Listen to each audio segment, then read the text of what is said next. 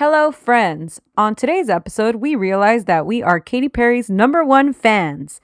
And then we have a twofer where May tells the tale of trash of Mel Gibson, and then I talk all about Tori Spelling's inheritance aftermath. All that and more on the Drama Club.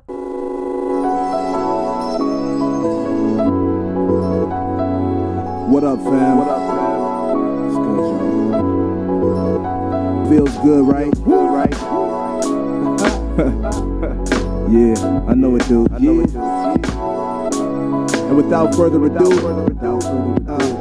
we broadcasting live from CA to NY. Because we were only supposed to run to the blood place. I was looking real sloppy yesterday, Yeah. and I don't like that because I just don't go out like that. And Yeah. and I was and I was telling her like I feel Who so goes out like that? Yes, I was telling That's her gross. I feel so uncomfortable because I'm like I don't do this, and she was like, yeah, you always she was like, you go to the gas station, you look like you're auditioning to be in some sort of catalog. I was like, that is the shadiest thing you've ever told me. Loki, that's a good ass compliment. No, that was shady. You look like you're auditioning to be in a catalog. I Yes. would take that as a compliment. What kind of catalog? Sears? Yeah. No. Does Sears still have a catalog? I don't know. RIP to Sears because they went bankrupt, right? If anybody Yeah. needs some appliances. Now's the time. Mhm. Stock up. Now's the time. Oh, May, it's almost your birthday. Oh, well, shit. when this airs, it will have been your birthday. This? Oh, yeah. That's true. Fuck, I'm going to be like legit in my 30s now. Yeah. Are we not in our 30s right now? No, 30 don't count. 30's like 0. 30's like when you're 0 years old. I am making a mess. Do you see this? Look at this latte I made. Ooh, looks nice. Good job. That's some good ass foam right there. Yeah, I'm good at the foam. Not so good at the art. Not so good at not spilling this latte either because I just like spilt it. Fuck coffee art, whatever. She just gets fucked up anyways. Like. But I seen some girl the other day at a pretty nice coffee shop, like trying to make some art, and it looked all fucked up, and I kind of liked it. It was like a fucked up leaf. Oh, okay. That's my brand right there. Yeah. I even put a little caramel syrup in this one. Wow. I tried my best. You're so festive. It's because it's my birthday. Oh, it's my birthday week. It is your birthday week. Shout out to David. It was his birthday. Is that why they were in Egypt? Dude, when I was in high school, as you know, Mhm. I worked at a children's birthday party place. Mm-hmm. And one time we had this family from India having a party, and the dad was like up at the front desk paying with me, and I was like helping him, and he had like, it's not a hijab, what is that called, the turban? Yeah. Okay, he had a turban on. And this little kid comes out of like another party and like walks up to the front, and he's looking up at him all crazy, this little white boy. And then me and the dad are like settling out his party, and the little boy says, "Are you from Egypt?" That's tight. And the old Indian man just looked at him and he said, "No." And I had to call someone to come get that kid. Like, I was like, hey. pay someone over the loudspeaker type Yeah, I was like, "Hey, there's a kid up here." Will the parents of the culturally insensitive child please come to the front? Are you from Egypt? Well, honestly, that's not too bad. I thought it was going to be way worse when you started the story. It was really cute.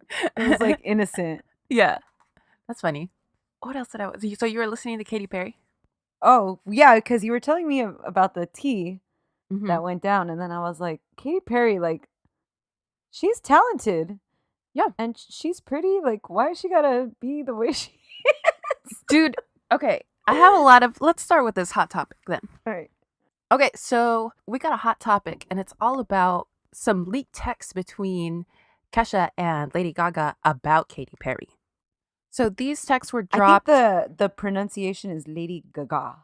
That's how I say it sometimes. In my mind, I'm always like Gaga. These texts were leaked in reference to the ongoing lawsuit between Dr. Luke and Kesha. Right. So Kesha texted Lady Gaga, I was crying a lot today and needed my mom. I'm really upset with Katy Perry. She could bring the whole thing to a head, but she won't. Because Kesha thought that Katy had also been sexually assaulted by Dr. Luke, right? Yes. But Katy Perry denies that. She says she hasn't. Mm-hmm. And so I don't think that's fair either. I mean, if she says she didn't, then It's not fair at all. I don't like that. But no. I guess Kesha had been told that happened from the CEO of their record company. But how would he know? Like the people that would really know are Katy Perry and Dr. Luke, right? Right. And Katy Perry says it didn't happen. She so. said it didn't happen, so she should have dropped it at that point. But Yeah. So then Lady Gaga replied to Kesha, you're right. I need to find sympathy and empathy for her, referencing Katy Perry. She's so mean. It's hard. Do you want me to see if I could talk to her? I know she's mean. She makes me angry about shit, but I just try to have empathy for her. And then Kesha texted Lady Gaga, it's not my battle. So then this all came out in deposition. mm-hmm. And then Katy Perry said, they think I was raped and I was not. Like, that's exactly what she said. And Katy Perry was deposed. Yeah, didn't she actually end up testifying at the trial? I don't know about that. Yeah, I she didn't did. follow this that closely. Yeah, they brought her in to testify at the trial. Oh, fuck. So a lot of Kesha stans were mad at her because they're like, she's fucking lying. But why? Like, why do we think she's lying? We have to believe her word women. for it. Yes. Either way. Like, now, like, women are pinning. That's the problem, too. You don't want two women to be fighting with each other. Like, don't lose sight of. Here's what Katy said, that she is friends with both of them. Or she didn't use the word friends. She says she knows both of them in reference to Kesha and Dr. Luke. And she said it put her in an uncomfortable position because she said that she felt like whatever she said was the tiebreaker. Yeah. But and it's most likely that Dr. Luke did abuse of Kesha in some way.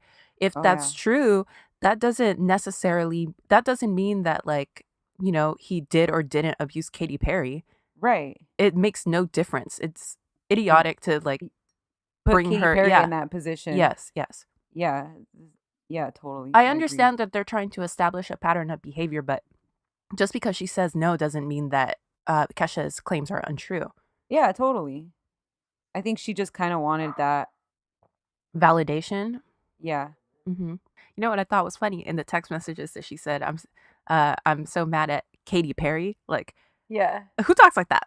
She could have just said Katy. Yeah, like your full last name. Yeah. Britney Spears. Yeah. I'm so mad at Britney Spears. Yeah. Yeah, who the fuck's, how many other girls named Katy? Oh, that was funny to me. But anyway, so they're saying that she's mean, which actually we've heard that from other people. Yeah, no, she's probably mean. She seems kind of spicy. Why is she mad at, why isn't she friends with Rihanna? I like that friendship. Me too. And then, well, Katy Perry and Miley had their own thing, right? Or no, Taylor Swift. Taylor, yeah. I didn't really follow that because I don't really fuck with either of them. Right. I did see the resolution though, where I think that Katy randomly sent Taylor like this beautiful flower arrangement. Oh, that's nice. Actually, no, this is what it was. Katy sent Taylor a single olive branch. Oh, that's pretty tight. Yeah, and with a note like, I know that things have been weird between us, blah, blah, blah, blah, blah, but, hopefully whatever happened in the past is in the past, let's squash it. And Taylor put it on Insta or Snapchat or something, and I was like, that's pretty cool. Yeah, that's pretty mature. I kind of want enemies now to low-key do that, because I feel like... To send you an olive branch? To send you an olive branch, because then you come off looking fucking great. That's true. Like, look at this classy-ass bitch. Yeah. Like, wow, she's such a big person. Yes, exactly. You know her publicist was like, hey, this is a good idea. Yeah, I know. Yeah. How much does a single olive branch cost? I don't know, but the twins got an olive tree. We'll just go cut off a Oh, branch yeah. Just, now I need to make some enemies. Step 1. Step 2. Chop off some olive branches. No, step 2, I gotta release a track like swish, swish, bitch. Oh, yeah. I didn't like that song. That song is trash, but I do like that part, though. Isn't Nicki Minaj in that song? I don't remember. That song was whack. Yeah, that song fucking sucks. What was Taylor's diss track? Well, the one she put like in response to all the Kanye and Kim drama was "Look What You Made Me Do" or whatever. Oh yeah. Oh, That one was good. I like that part of that song too. Yeah. That little hook is good, and that video was pretty savage. Because at this time she was also suing somebody who touched her butt. Remember? Yes. Yeah. For yeah. $1. So she had all these little symbolic like single dollar bills all Ye- around the video. Yeah. That was cool. Yeah, that was pretty cool.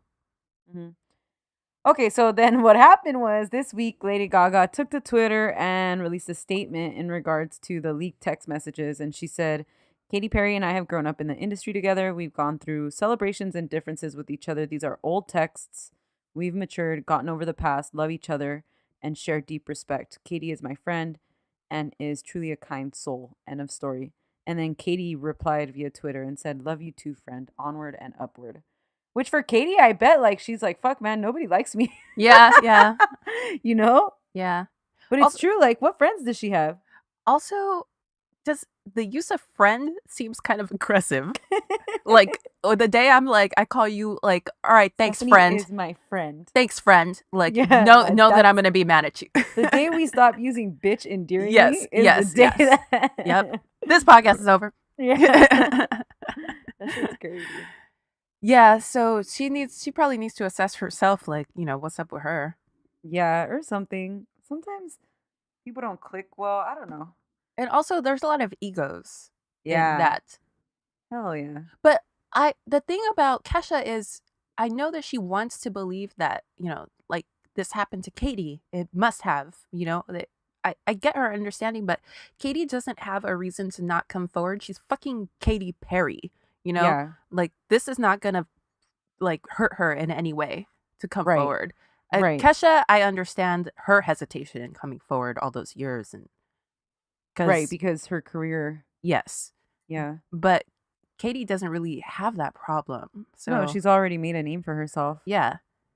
And like she's been around for a long time now, actually. I remember when that little song came out, I Kissed a Girl, and I remember thinking like, oh, this is gonna be a cute little one-hit wonder. Mm-hmm.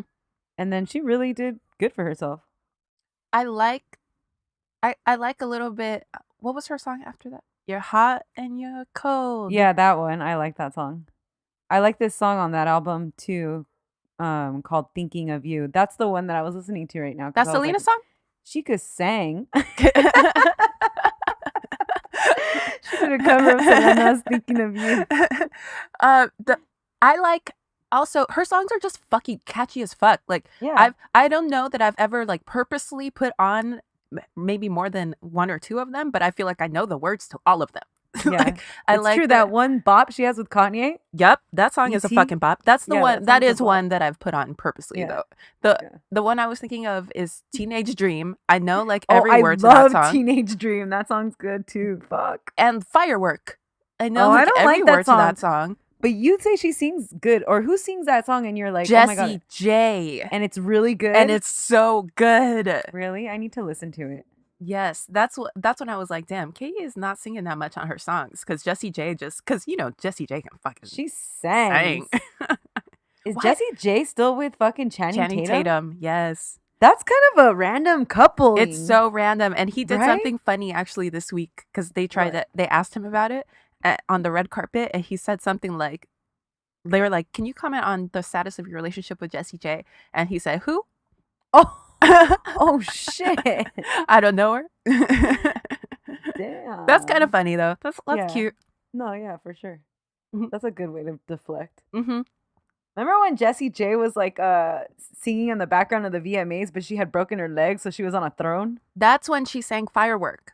Oh fuck, I don't remember that. because she was singing like Yeah, when covers. they went to commercials, she would be Yeah. singing songs from the people that were there and stuff. Yeah. Yeah. So I have a problem with Katy Perry because I think like when you see her being fucking normal, just not in a cupcake, not like I think she is beautiful. Like She's fucking gorgeous and her body's crazy, right? Yes, she's Yeah. gorgeous. She has like she puts out like little cute like catchy music like Yeah. but there's something hindering her I think from being great. Like It must be her personality. Or Yes. maybe it is, who knows? I don't know. Yeah, but I don't know. I recently saw this performance. You know, remember like last summer the bop with Calvin Harris, Pharrell, Migos, and Katy Perry? No. Is it called Dreams? Mm-hmm. Yeah. It's a good song. Well, when this song came out, they were like performing and they were like, on stage, and she had just chopped off all her fucking hair, which Yeah. Why did I she don't do like that? that look It's not. on her. It's not working for her. No, it's not. She looks good with the long hair. Yes. And she looks good with like shoulder length hair too. I don't think she looks good with blonde hair. I No. think that's the thing. Black. I think that if it were dark, the same haircut she has now, but dark, I think it wouldn't look as bad. But Yeah, it probably looked pretty solid. You're right. But they were on stage anyways, and they were performing, and she was singing, and it was cute. And then when Big Sean started rapping, she like, I don't know, dude. oh, she like, started awkwardly dancing. Yes, Was that the one? Yeah. she like awkwardly dancing like a Yeah. robot. She looks Yeah, so yeah. weird. Big Sean is kind of like, what the fuck? Yeah. Like she's just trying too hard. Mm-hmm. And it just made me wish that it would have been Gwen Stefani on that song, because that shit would have been legit. Oh my God. Yes. Yes, it should have been Gwen. Yeah. Gwen's not gonna like, Gwen is tight. Like she doesn't even need to try that hard, and she's kind of down. She's got that like SoCal like chola vibe. Yeah. I just thought of another Katy Perry bop. What's the one where she's like the video is her like in a Technicolor Egypt type thing? Oh yeah. Is it called Dark Horse? Yes. And who's with her on that song?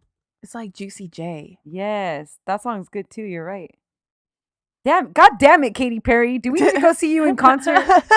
Because we just realized we're super fans. We like literally all her songs. Yes, yeah. It's like her entire discography. Fuck you guys, I'm asleep. We started this conversation with Katy Perry. I got no bops, and went on to like Katy Perry got all the bops. All the bops. That's tight. Anyways, what was this about in the first place? Lady Gaga. Yeah. Also, I think maybe this came up when we were on break, but the Lady Gaga thing where she keeps saying there could be 100 people in a room, and she's like, and 99 won't believe in you, but if one person does, it could change your life. And that one person for me was Bradley Cooper. And she said that somebody put together a clip of all the times she said that. She said it literally 37 times, maybe. Oh something. my God. It's why Bradley Cooper? Because he put her in that movie? Yes. That fucking remake? So she says that at like every panel, like every interview. Oh my God. What she's on she's on Jimmy Fallon. She says it to him. Really? Bradley Cooper? That's who you want to fucking... Anyways, whatever. That was the drama between Lady Gaga and Katy Perry. It wasn't even that bad. Ooh, I want to give a shout out to our friend Lacey who had a baby. Yeah. And I've been following Lacey's, like, now she's posting all her, like, dieting meals that she's making for herself to get her body right. Yeah. Yeah, it's pretty tight. She texted me the other day that she was like, man, your podcast is so funny. And then she put when we said, how was your Thanksgiving? Good. How was your Thanksgiving? Good.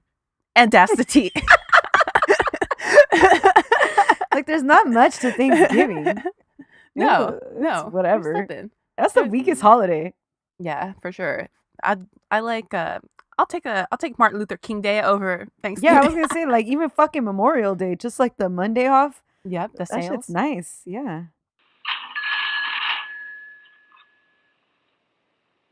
Understanding the dollar.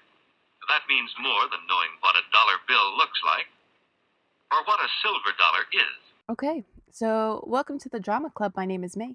And my name is Stephanie, and we are the Drama Club. You're here. Welcome. Thank you for being here.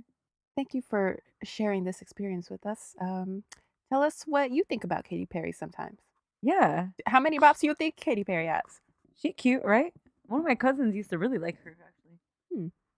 Did you see Gwen performing Feliz Navidad at Disneyland? May, let's not talk about Gwen.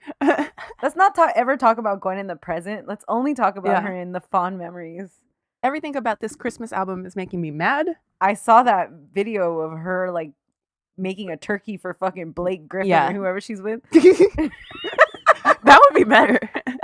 That would be so much better. Imagine if Gwen, like I know Blake isn't on the Clippers anymore, but I bet you if he was still with Gwen, he would be living his best life. He'd be on the Clippers still. Fuck yeah, he'd have sponsorships and shit. Yeah. He would have Dude. invested in a little boutique in LA. If Gwen Stefani and Blake Griffin got together, that would be like a SoCal power couple. Fuck yeah, that'd be so sick. They'd fucking own Anaheim. Part ownership of Disneyland. What are you doing, Gwen? What are you doing? All right, we got a twofer for you guys, and I'm going first. I'm coming now. I want the world to know. Katy Perry's. I can't think of something that rhymes.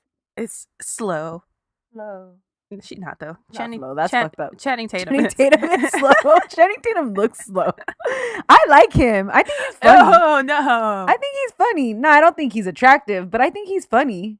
He's like a likable dude. I've never seen 21 Jump Street. Oh, you gotta watch it. That's why I think he's funny. I've never seen it because I don't really have a connection to 21 Jump Street. You know, we were me either. too young for that. So I was like, yeah, I don't, I'm not gonna. Me either, but I think Jonah Hill's fucking hilarious. I don't, and I hate Jonah Hill. Really? Yeah, Yes. he's stuck up. Yeah, I don't like Did you that. watch mid-90s?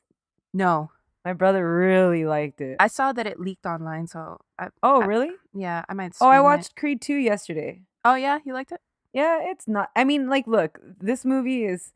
Me and Hoa were talking about it. Like, I like it because I love Rocky. Like, Yeah. all the Rocky gimmicks, like, I fucking live for that shit. So that's why I like it. But And that's is what it a the good- first Creed was. I Yeah, think. yeah. And I would think the first Creed was better than this one. Oh really?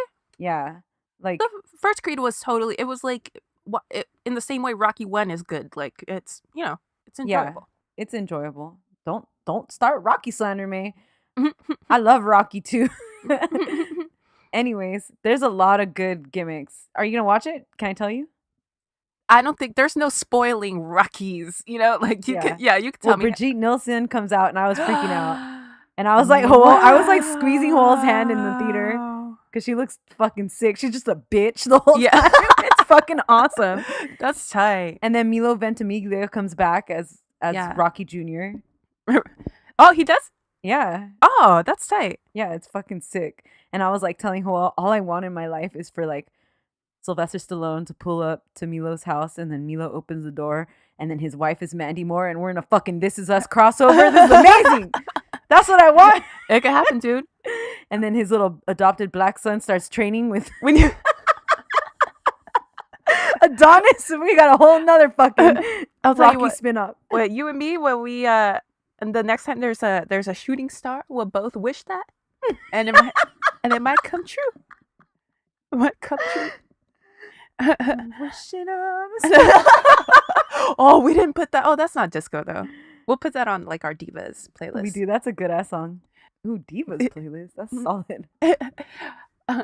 So It's just gonna be All I Want for Christmas Is You over 14 times. Sorry, I'm gonna let you start. I'm gonna let you start. But Creed 2 was the most mediocre movie of 2018. Over break, I had some minor surgery, so I was just like posted up, like just watching movies like Yeah. 24/7. That's awesome. And so me and my mom we watched Saturday Night Fever. Oh, and yeah. then after Saturday Night Fever, the sequel Staying Alive came on, which is Yeah. directed by Sylvester Stallone. And so that Sylvester has a little cameo in it in the beginning, and my mom was like, "Hey, did you see Sly right there?" And I was like, "Yeah, I saw him." Sly. That's so sick. I fucking love him. I don't know why. He's problematic as fuck. Have you seen his cameo in that porno though? No. The Italian Stallion. No, that's ridiculous. All right, I'm gonna start. All right. I'm gonna do Mel Gibson. Bum, bum, bum. A lot of this is from a Vanity Fair article called "The Rude Warrior" by Whoa. that's funny by Peter Biskind, and also Braveheart is one of the handful of Best Picture winners that I've never seen. Oh, really? Yeah, Oh, my brothers loved Braveheart growing up, so Ugh. I've seen it so many times. so I sort of watched it, I guess, because I started paying attention to it, but then like I started hating it. So Yeah. I It's just so yeah. long, too. It's so long. It was so fucking boring. And I feel like objectively, it's even hard for me to call it like a good movie I think it was just like several hours of long-haired Mel Gibson talking like Shrek and like, no, thank you. That's And his not for thighs me. and shit. That is not for me. Yeah, there are a lot of thighs in This that movie. movie is like 45 minutes of Mel Gibson's thighs. Yeah. We don't need it. Oh my God. One of the Wait. worst Best Picture winners I've ever seen. Low key though, Hmm. Michael B. Jordan. Ooh, Oh yeah, you need to watch Creed just for that. yeah. I will. Yeah. He's fucking crazy looking. Yeah, I know he got even bigger for this one than He was really yoked. he is he's so beautiful. Like he has the He's most really beautiful gorgeous. smile and like Yeah. he just seems like tight too. Like just Oh, yeah. down for his fans. I know he's been sliding into girls' DMs and stuff. I know, May. You need to try that Ooh, out. I am gonna Test try the that. waters, May. Okay. He wears nice sweaters. Love him. He does actually. He's always in a does. sweater, huh? Yep. Oh God. There was this one time where I saw he was in a beautiful sweater and like Lupita was making him do push-ups. Yes. And I was like, oh God. I need to take a moment by myself. Yeah. Okay. I think my problem with Mel is that I think that he and I don't have the same taste in movies. Because when I really think about it, I don't like any of his movies. What about What Women Want? We just talked about that one. That one is okay in that. But see, even that's not my kind of movie. You know, I don't. Yeah, that's true. You don't really like those. Yeah, I think it's good as far as those movies go. Those like cheesy romantic comedy types. Yeah. But honestly, the only Mel Gibson movie I really like is Chicken Run. I love Chicken Run because I fucking love that Wallace and Gromit claymation ass animation. Yeah. I love that shit. I know I saw Apocalypto once. Yeah, that one's good. I don't remember like whether or not I like the story, but I do remember thinking it was well made. Yeah. I like Apocalypto actually. But since my DNA test confirmed that I'm like 25% Mayan, I think I'm gonna go rewatch that shit now that I know it's about my cousin Quetzalcoatl or whatever. That sounds like Joel's last name.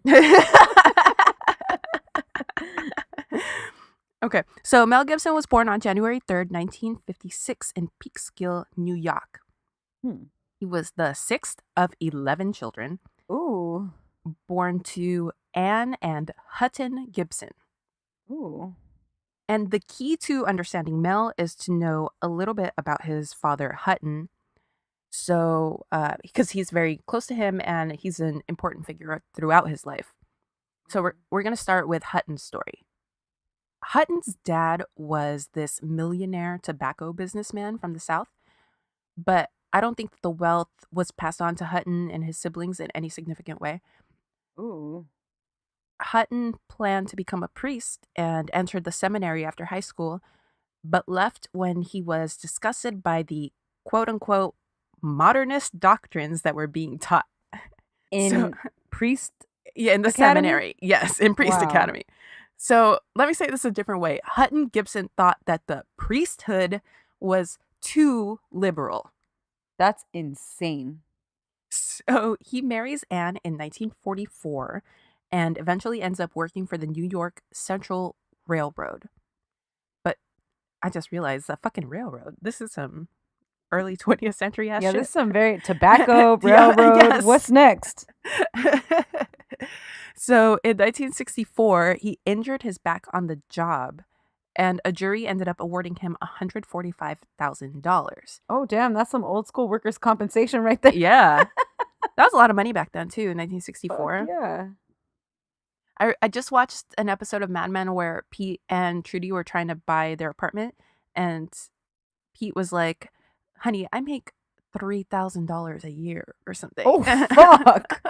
Hell no. And the apartment was like $30,000 for the whole ass no. apartment. And he was like, we can't afford this. Okay. Anyway. So he takes the 145 grand and he uses it to relocate his whole family to Australia when Mel was about 12 years old. P.S. This is also when Mel starts drinking. Oh, mm-hmm. So it's fucking lit. Foster's Australian for beer up in this bitch. Okay, back to Hutton. Hutton says that they made the move in order to protect his sons from being drafted into the Vietnam War.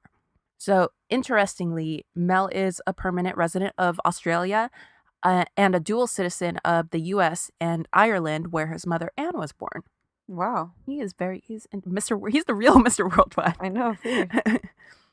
All right, so now let's go a little bit deeper on Hutton and his whole deal because it's something. So hold on to your butts because you're about to be disgusted. Okay. Hutton and Anne raised their family as Catholic traditionalists, which was a movement that started in response to changes made to the practice of Catholicism after Vatican II. Catholic traditionalists believe lots of stuff in varying degrees of conservatism, like that the Mass should only be done in Latin, that only fish can be eaten on Fridays, that women must cover their hair at Mass, and importantly, that Jews and all of their descendants are responsible for the death of Jesus. Oh no. In 2003, Hutton told the New York Times that Vatican II was a, quote, plot backed by the Jews. Why the fuck is this dude getting interviewed by the New York Times, I wonder? Because, I'll tell you right now, because Okay. he's also a writer Oh, okay. who releases a quarterly newsletter called The War Is Now. Oh, And I'll give all of our listeners one guess as to whom that war is against. Jewish people? Yep. I was going to say, hint, it rhymes with shoes. And Hutton is actually a pretty smart guy. He was, in the 60s, he was on Jeopardy, and he was like the champion of that year.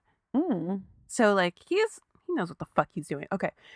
He also has written a few books. One is called Is the Pope Catholic? Because guess what? He thinks the Pope is a secret shoe. What the fuck, man? And What he's- is this? and he's also written 2 follow-up books called, it's getting worse, hold on, The Enemy is Here, and the follow-up to that book, The Enemy is Still Here. God. Once again, unlimited guesses as to who the enemy that he's referring to is here. Okay, Hutton told the press that the Holocaust was, quote-unquote, mostly fictional, Oh no. and that most Jews had simply emigrated to other countries, a fact which he says can be proven because he claims that there were more Jews in Europe after the war than before. Oh, and also that it would be impossible to dispose of 6 billion bodies, and that we should ask an undertaker how hard it is to get rid of a single body, let alone 6 million. Oh my God. At this point, his wife chimed in and said that, quote, there weren't even that many Jews in all of Europe. So she's trashed too.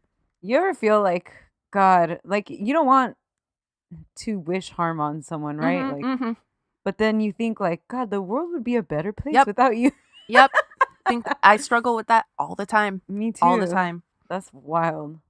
So, and just for funsies, let's add a sprinkle of homophobia in here because God, no, mate. That's it. because he insists And they like cats. Fuck these people. he insists spitefully that Pope Benedict is a homosexual and that, quote, half the people in the Vatican are queers. So, yep, ladies and gentlemen, Hutton Gibson. So remember that Mel like super looks up to him. This is his hero. This is his dad. They're very close to this day. And like, Really? yeah, yep. So, okay, back to Mel. So remember that we're in Australia now. Australia. Where Mel where Mel spent all of his teen years, and he graduates from high school and decides to go to drama school in Sydney. So he's actually classically trained in stage acting, and he starts his career on the stage. Around this time, he met and married a dental nurse named Robin Moore. And soon after his graduation, he landed the lead role in 1979's Mad Max, which was huge in Australia and in some parts of the world. Not so much the US, though, although the second one became a big hit here and that was the movie that ended up breaking him in the United States. He looks good in that movie. Do you think he's cute? In like, like when he's those, young? yeah, in the like I'm thinking of the Mad Max poster, which Mhm, obviously they're mhm. gonna put out like a really great Yeah, looking yeah. picture of him, and I think he looks really cute. But my mom thinks he's She like fucks with him? so handsome, and she's like of that generation. Like she also thinks like Kevin Costner is really handsome. Oh, yeah.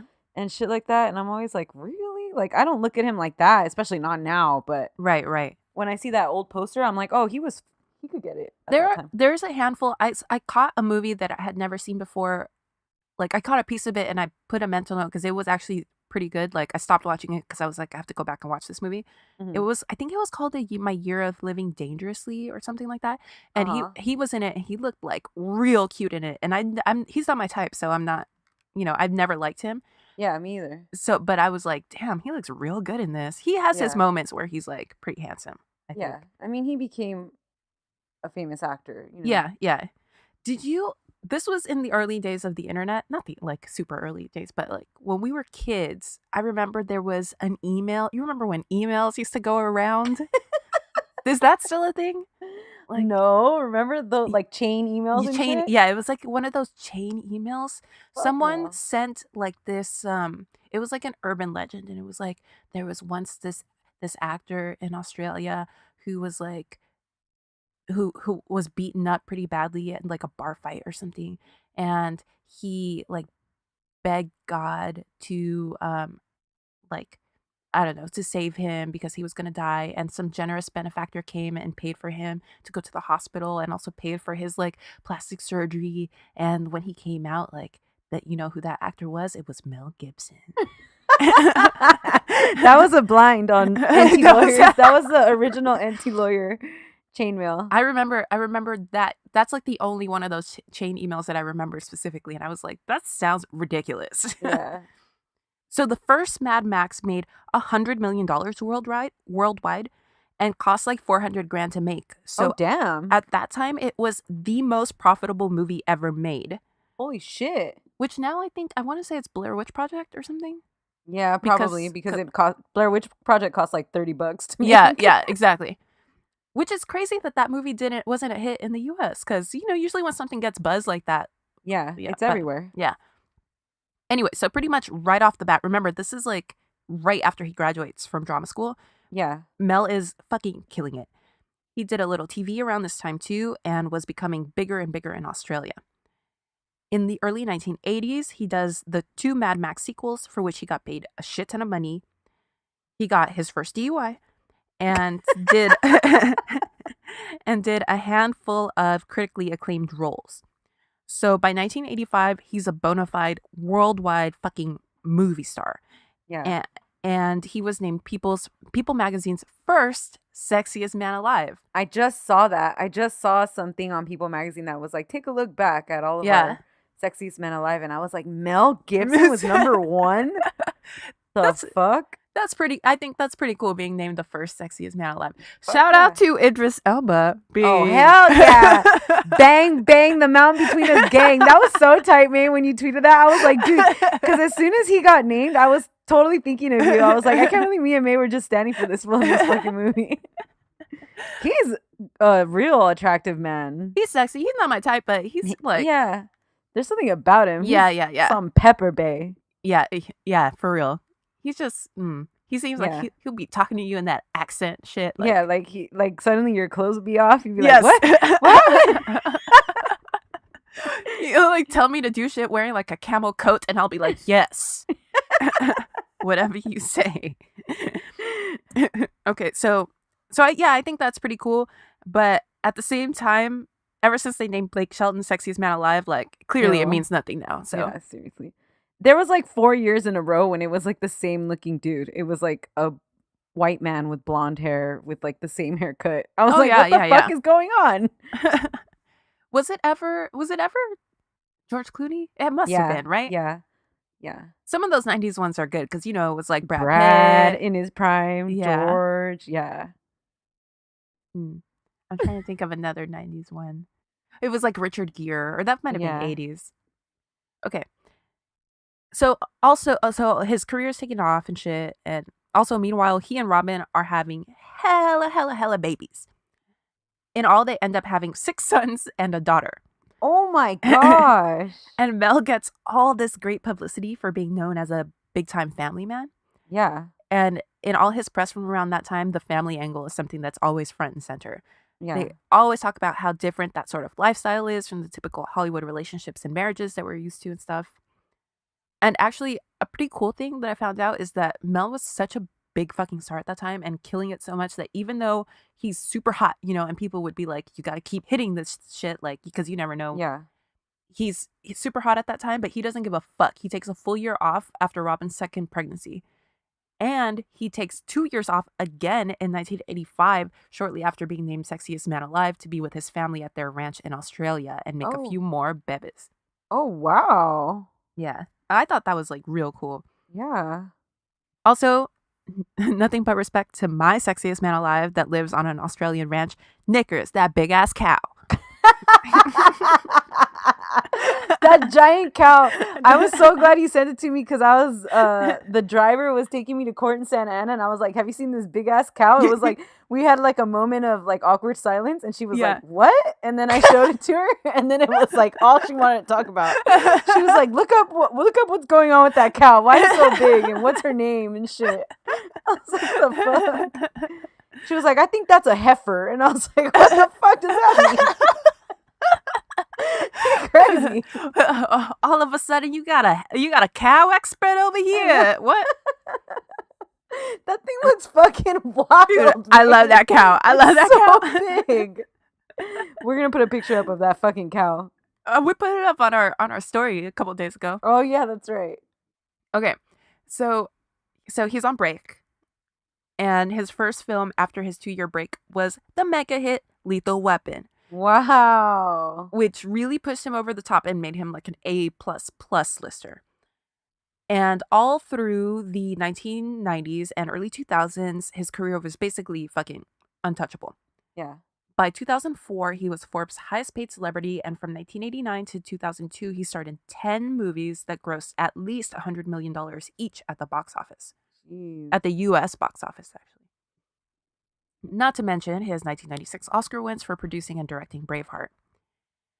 He did have a little bit of drama related to some homophobic statements he'd made in a Spanish newspaper in 1991. In it, it came up that some people have a perception that a lot of actors are gay, and he said, quote, I became an actor despite that. But with this look, who's gonna think that I'm gay? It would be hard to take me for someone like that. Do I sound like a homosexual? Do I talk like them? Do I move like them? They take it up the ass. Then he points at his butt and says, this is only for taking a shit. Oh no. That's pretty wild. It's really bad. And then later, when this is, stirring up a little bit of controversy, Playboy asked him about it. And he said, quote, I'm not apologizing to anyone. I'll apologize when hell freezes over. They can fuck off. Oh, okay. Although years later, he blames his statement on having been drunk during the interview. Yeah. He is a drunk, right? He's a drunk. Okay. And like I said, this was only a little controversy because it was 1991, and unfortunately, you could basically say whatever you wanted about gay people and get away with it because Middle America didn't care about gay people until NBC put Will and Grace on after Friends at 8:30. I was just thinking, like, how crazy. Like, imagine if somebody said some shit like that now. Today, oh yeah. R.I.P. Your career would be donezo. I would like to think that they would be dead. Yeah. So, also the King in Braveheart, there was a little controversy because he's portrayed as gay in a kind of problematic, cartoony sort of way. Mm-hmm. So he got a little bit of heat for that too, but that also sort of blew over. Yeah. Also, he said some sexist ass shit that people didn't care about. Back in 1984, he said that feminism doesn't mean anything and that it's a term invented by some woman who got jilted. That was in 84 and he was named Sexiest Man Alive the next year. Okay. Oh, People Magazine, do better. And back in 94, he said, quote, men and women are not equal. I had a female business partner once. Didn't work. She was a cunt. Oh, shit. So people literally didn't care that he was openly and proudly sexist and homophobic. They were like, who fucking cares? We love Lethal Weapon. Oh my gosh. All right.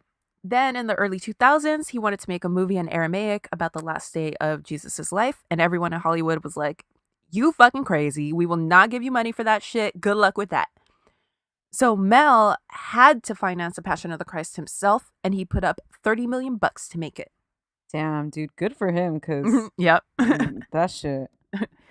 Did you watch Passion of the Christ? Yeah, I watched it in the theater, I think. So did I. I remember, like, I went with my brother and like, I remember he was like, "Holy shit!" Like, I've never heard that much crying in a movie theater. Yeah. because like the That's whole it was theater like was wailing. crying. Yeah. Yeah. I can't remember. I probably didn't like it because I don't remember wanting to see it multiple times. I only saw it that one time. Yeah. I remember at the time, because I went to Catholic school, one of my teachers, he wasn't a priest, but he did go to the seminary. I think he was like a former priest. He said he was like shading Mel Gibson around that time, saying like talking shit about how conservative he was. Oh. And I was like, oh, That's interesting. He was saying shit like, do you know that Mel Gibson made his own church in Malibu so that he wouldn't have to go to like, and I was like, oh fuck. Yeah, that's when you know shit's bad. Yeah. Okay. So, but guess what? The What? movie he made turned out to be high-key anti-Semitic. It essentially echoes what we know that his father thinks and says about Jews being responsible for killing Jesus. Yeah.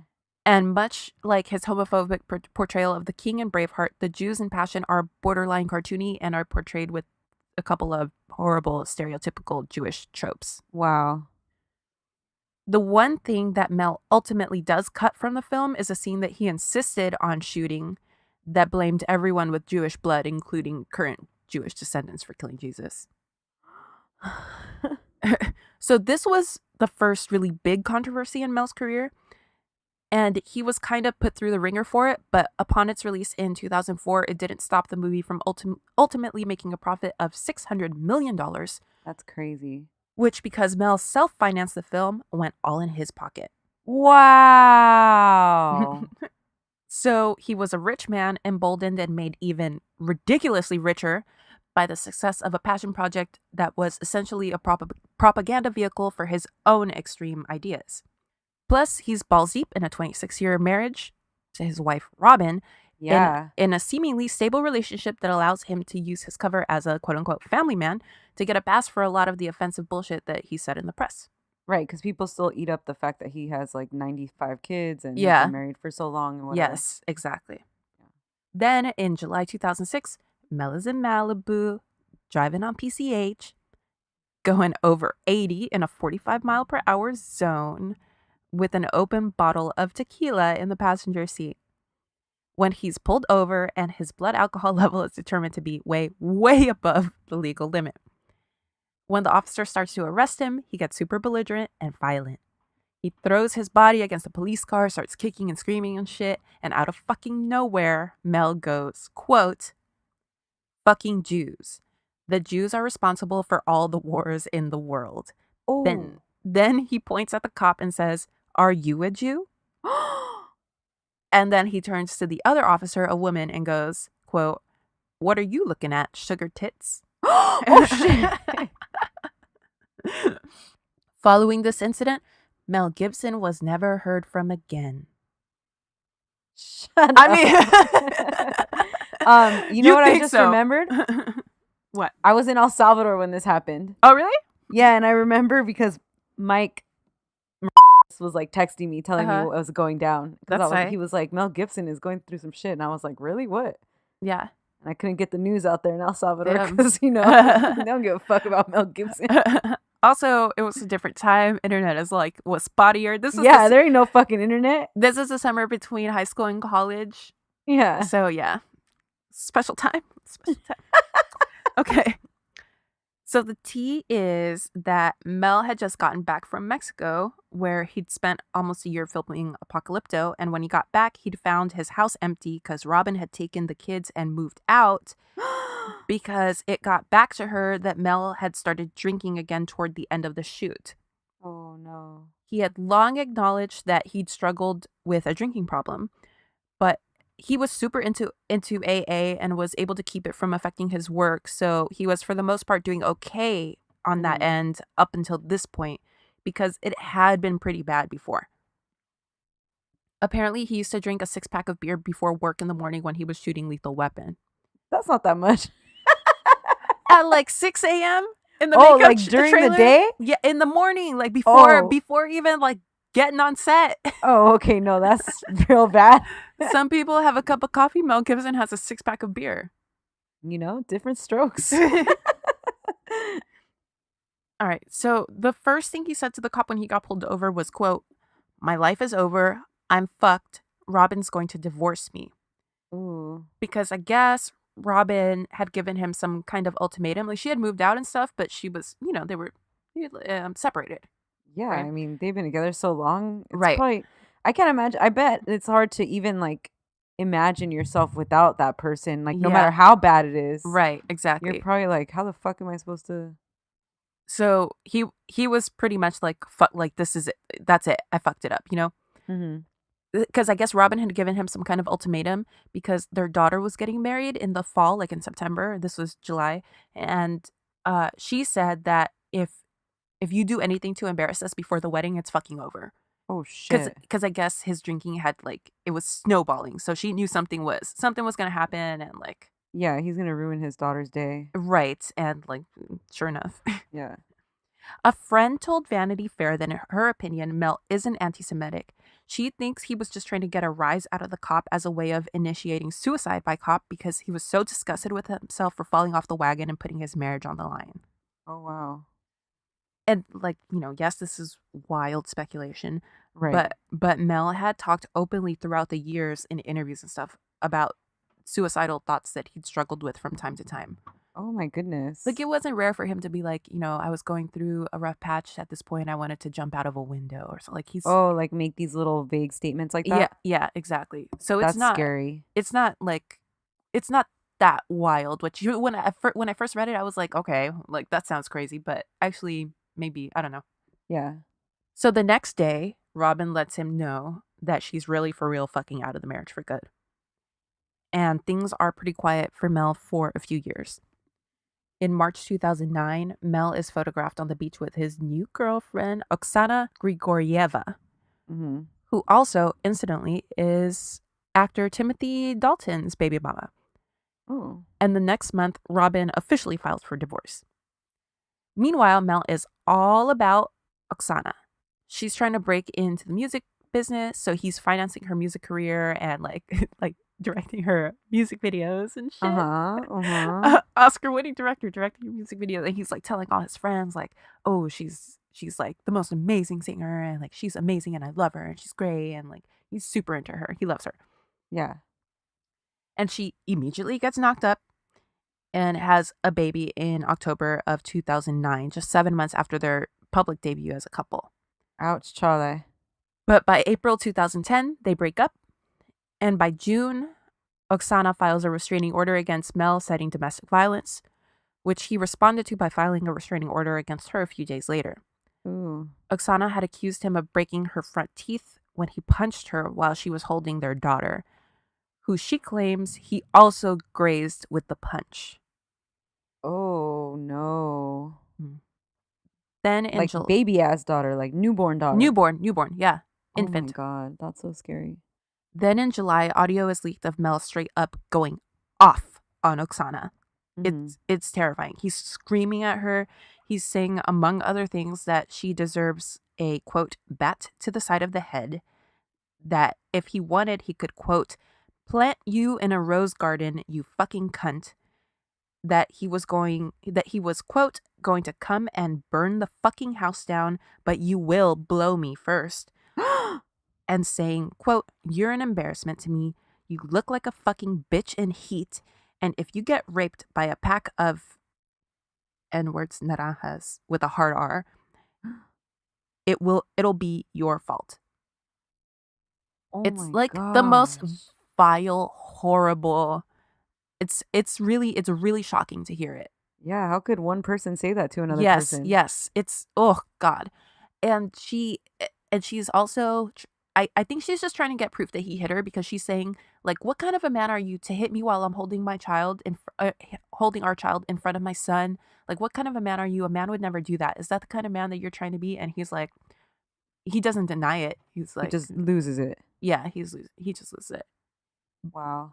Which totally makes me believe her even more, because Of like, course. if that didn't happen, you'd be like, what are you talking about? Like, Yeah, you would completely defend yourself. yeah, but no, he's just like, you ungrateful. He calls her ungrateful, like, whatever. It's ugly. So this leaks in July, and following this incident, Mel Gibson was never heard from again. Feels like a cockroach. You ain't ever getting rid of him. All right. The next day, the William Morris Agency dropped him as a client. Actually, you know who led the charge for him to be, even from before, after the DUI, Ari Emanuel, who's the super agent who They based Ari off of? yeah, they based Ari from Entourage off of. Entourage? He was trying to get people to blacklist him because like he's Jewish and like And he he's- just Mel Gibson's so anti-Semitic. yeah, and like after this, people were just like, you know what, maybe you're right. Yeah. Well, So William Morris dropped him as a client, and soon after, ABC canceled a Holocaust miniseries that he was developing for them. what the fuck is that? Like, he doesn't even try to, He- like, you know? He's upset. It's gross. So I repeat, a Holocaust miniseries from Mellington Gibsonington. Like this is That's insane. what it's weird. Leo DiCaprio dropped out of a Vikings movie that P.S. Mel is still developing to this day.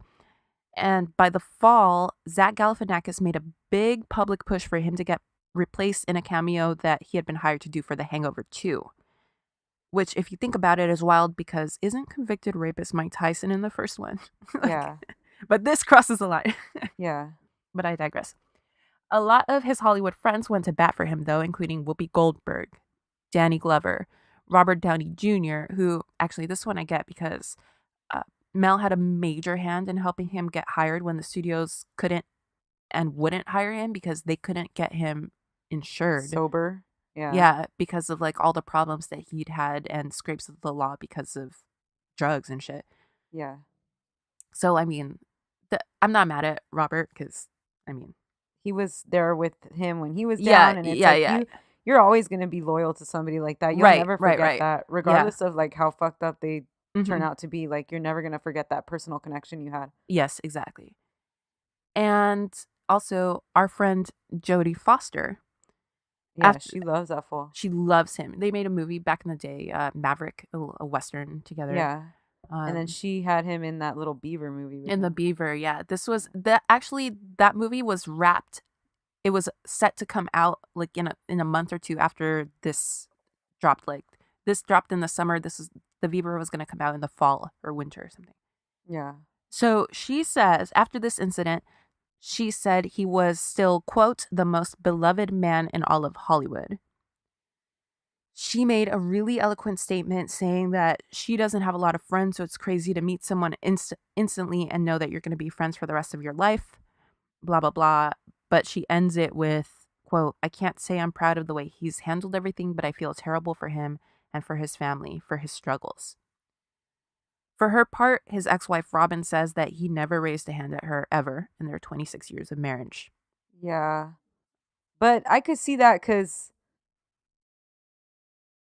I think when men are predators like that, they seek out certain type of women to raise their hand to, and maybe Robin didn't fit the mold, For sure. and Oksana did. Robin actually has a strong arm over him because, I mean, how much money did she get in their divorce? Are you gonna get to I'm it? getting to it, yeah. Yeah, and like like he had to treat her right. Like Right. he couldn't do that to her, but he could do that to someone like Oksana, and he knows that, and that's exactly what those type of men do. And another thing, when he was with Robin, some kind of way he was at least trying to keep his drinking To like in like control. controlled. Yeah, he was in AA. He started AA chapters like where he would go film movies and stuff. Yeah. He would start chapters in those cities. Like they would go to New Orleans and he would start a chapter there for like, people, and like he was trying. So and at this point, like the drinking had clearly spiraled out of control. So Yeah. that was also probably part of it, I'm assuming. Yeah, for sure. In March 2011, Mel pled no contest to a misdemeanor battery charge.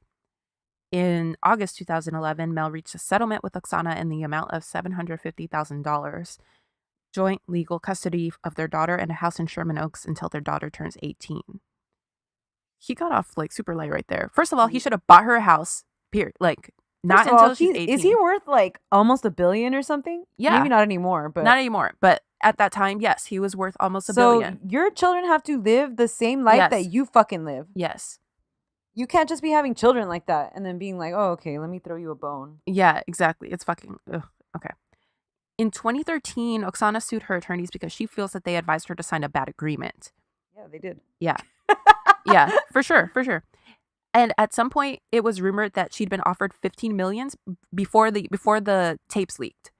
Like she'd been offered 15 million, and like she was trying to hold out for more, and then like they ended up somewhere around like the $750 mark and the $750,000 mark, and so some people speculate that the tapes were leaked in retaliation, but Radar Online, who posted the audio initially, they say that it wasn't Oksana who gave them the audio. So there's that. How do you feel about Radar Online? I mean, they're trash, but yeah, they're trashy, but like sometimes their shit is like they get good Yeah. scoops. yeah. Like maybe stuff that other people won't put out yet because Right. they want to verify shit. They're like, no, we're putting this out. They are like, aren't they the National Enquirer? Are they the same thing? I think so. Yeah. Did you Joel was just telling me that some professional NFL player just got dropped from the league because he was kicking his girlfriend? Yeah, they caught it on tape It was at like a a kicker hotel. or something. He showed it to me on Radar Online, and then I was remembering remember when Ray Rice punched was it his wife or girlfriend? I don't know, that wife, I think. But that Yeah. was also like Radar Online. No, that was TMZ. Because it was? Yeah, because I remember they were saying that TMZ had been breaking story after story, and people were seriously saying maybe they should get a Pulitzer. That was like one of the big stories that they broke that year. Oh, okay. Anyways, Okay. the NFL is trash. In December 2011, Mel and Robin's divorce was finalized, with Robin receiving the largest divorce settlement in Hollywood history when she Yes. walked away with $400 million. You fucking go, girl. You She- deserve that she- shit. Hell yeah, she deserved that shit. She had to live with this fucking monster for 20 years? And she was with her from the beginning before he was even anything. Like, she deserved every damn cent of that, maybe even more, because she had, 7 kids with this motherfucker too? Yeah. Yeah. Good Hell for you, yeah. Robin. Good for you, Robin.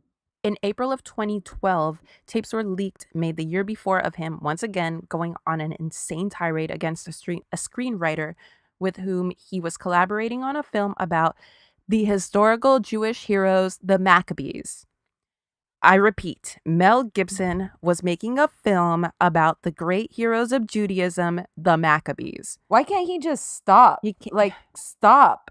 He needs to stop. Somebody needs to tell him to stop, but he Yeah, can't put... just leave Jewish people alone, dude. Leave Jewish people Leave alone! them alone. Like, what the fuck? Like, it's like an itch he can't Yep. stop scratching. Yep. Ugh, it's horrible. And on these tapes, you hear him screaming uncontrollably, saying, "Why don't I have a first draft of the Maccabees? What the fuck have you been doing? I go to work. You're getting paid. I'm not. Shit. I'm earning money for a filthy little cocksucker." AKA Oksana. He's talking about Oksana there. Yeah. Who takes advantage of me, just like every motherfucker. So hurry the fuck up. It's crazy. In I never thought I'd say this, but in Mel's defense, he just paid out $400 million to Robin, so he's hella spicy at this time. And the whole time you hear him trashing the room in the background. Like, it's crazy. And Yeah. at one point, he even screams at God and tells him that he's not going to take it up the ass anymore.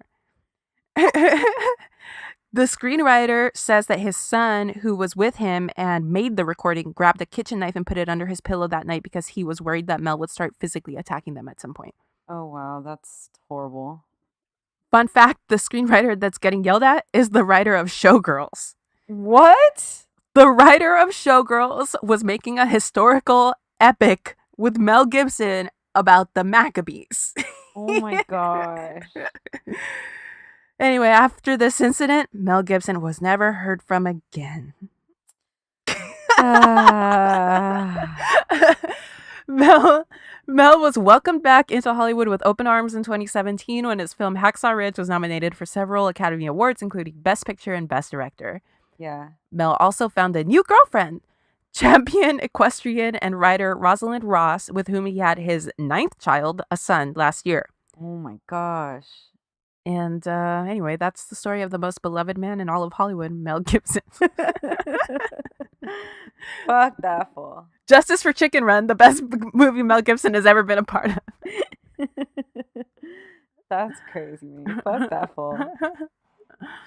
Yeah, fuck him. I don't like his. He's supposed to be like this extremely religious conservative, but like, look the way he lives his life, though. Yeah, it's horrible. Yeah, I don't I like like that my extremely religious conservatives to be those people that are like really calm and like understanding. shit. Ooh, a monk. Yeah, like you Yeah.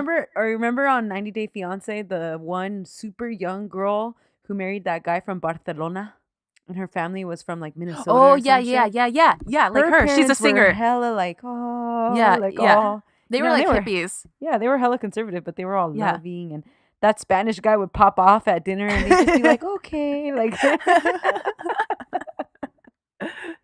No, for real. I mean, if you walk the walk and talk the talk, really, like, I don't, there's no I mean, that's your life, that's your choice. But if Right. you're gonna be a fucking gigantic asshole Yeah. and then preach the word of God, preach to yourself. 'Cause Right, fuck right. that.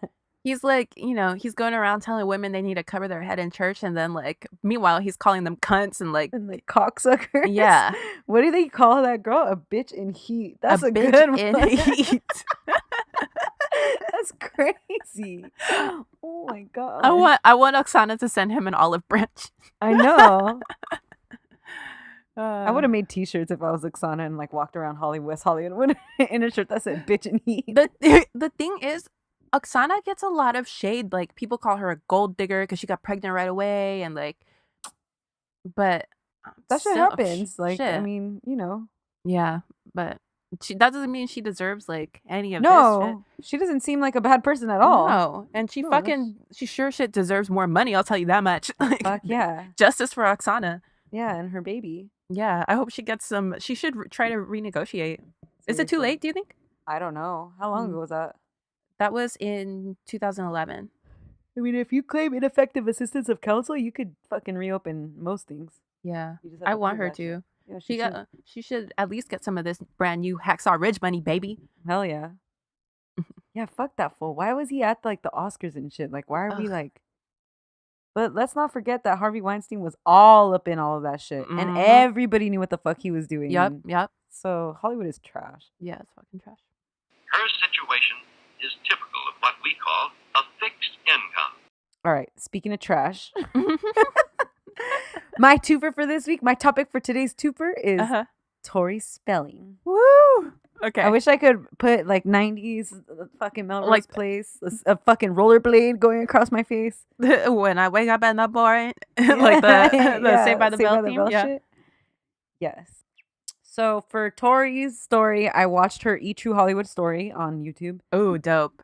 I Is read is her True Hollywood Story like one of the OG ones, or is it one of like the newer ones? Super OG. Okay, dope. It's so 80s. They got Candy Spelling all up in that shit. With Woo! some crazy diamonds talking and shit. Oh, okay. I read some Radar Online articles. I watched clips of her reality shows, Tori and Dean and True Tori. Yeah. I stalked her Instagram. By the way, we follow her on Instagram now because she's tight. Oh, really? Okay, dope.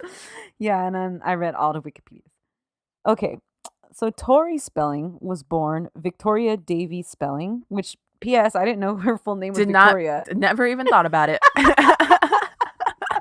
1000% I thought her full last name was Tori. Yeah, me too. That's cool. That's a cool name. Yeah. So she was born in LA on May 16th, 1973.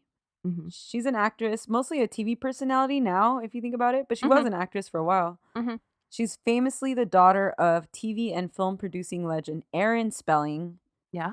And Candy Spelling. Mhm. So Aaron Spelling, like I said, he's a legend. He produced a ton of like 70s and 80s and 90s shows.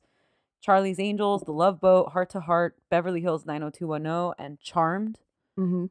And you know what that means? Yeah. But ka-ching, fucking Cha-ching! like one of probably the most successful producers, if not the most successful. I mean fiscally of all Yeah. time. He has the most television writing and producing credits in U.S. television history to date. Dope. That's crazy. Yeah. Yeah, so he was married once before Candy. He married one woman very briefly, though, in like the 50s. Okay. And then they divorced, and then he was single. Then he married Candy, and then he had Tori and one other child, her younger brother, Randy. Okay. Is that short for Rantoria? Rantoria? No, it's just Randy. Randolph, maybe. Yeah. That's a rich-ass name. Yup. In 1988, Aaron Spelling bought Bing Crosby's former 6-acre home, had it demolished, and built a 123-room mansion, which became famously known in Los Angeles as the Manor. Yeah. And if you see pictures of it, it's like nuts. It's fucking crazy. This house is iconic too. I think like everybody knows about the Spelling Mansion. Right. It's like the White House on crack. Like, it's wild. It's still the largest single family home in Los Angeles. Mm-hmm. This house has elevators, multiple kitchens, doll rooms, bowling alley, movie theater, multiple pools, yada, yada, yada, yada. Oh, stay away from the doll room. Yeah, that's fucking creepy. Right? So Tori grew up with what she described as a silver spoon in her mouth, like a hella silver spoon. Of course. She and her brother both had several rooms in their mansion. Both had an endless money supply. Her brother Randy said when they first moved into the house, he'd get lost. Dumbass Randy. Hey, Tori, where's Randy? I don't know. He lost. He lost. He comes out like Castaway, talking to like a volleyball. Where'd you get that volleyball? The volleyball room. A bowling ball from his friend and shit. What does he do? Randy, is he an actor probably? He is a quote motivational speaker. Yeah. Yeah. He's like he's one of those people like one of those motivational speakers that like they survive stuff, you know, like they survive they lost 3 fingers in like Mount Everest. Like, yeah, he survived his inheritance, so he has a fucking motivational speaking job. He survived getting lost in the mansion. Yeah. I survived in a bowling alley for 2 days. This is my story. Subsisting on nothing but our stash of caviar and champagne. Oh, that sounds tight. As early as age 6, Tori began getting acting lessons from a coach her father hired, Avi. And she was given hella guest TV roles on a bunch of famous shows, a lot of which her father produced, Avi. Yeah. Like The Love Boat, TJ Hooker, and Saved by the Bell. Remember Saved by the Bell? She was Screech's bae? Yeah. That's my introduction to her because I remember her clearly when I was little. Like she had like the glasses. Yeah, she was Screech's bae. Did she have braces? I can't remember. She might have. Yeah, at some point she had braces. Obsessed with him, and yes. She was so super cute. She was funny. That was the role she was born to play. Yeah, she is. She's fucking funny, dude. Okay, so breaking into Hollywood was not a thing for her, right? It was a fucking breeze because of her dad's power. Dude, imagine being a kid. This is my dream, like being a kid on the set of The Love Boat, because they would have like the guest stars and shit. Like you could meet Charo this week, and you could meet fucking like Jimmy Carter the next week. Or something. She was talking about that like in her E True Hollywood story, like, oh, Charo helped me. Taught me to apply lipstick or like crazy shit. Wow. Like, yeah, she was always around crazy actors, you know? So she was like, oh, Sophia Loren taught me how to salsa or some shit. Like, fuck yeah. Yeah, like she has really dope stories. Wow. Randy and Tori said that their dad loved spoiling them. Aww. Especially when they were little. For example, some things they talked about was one time for Christmas, they were supposed to go to like fucking, I don't know, Vail or some fucking snow place. And then for whatever reason their jet couldn't take off. So their dad, everybody knows that. You know how that be sometimes? That it really do be like that sometimes.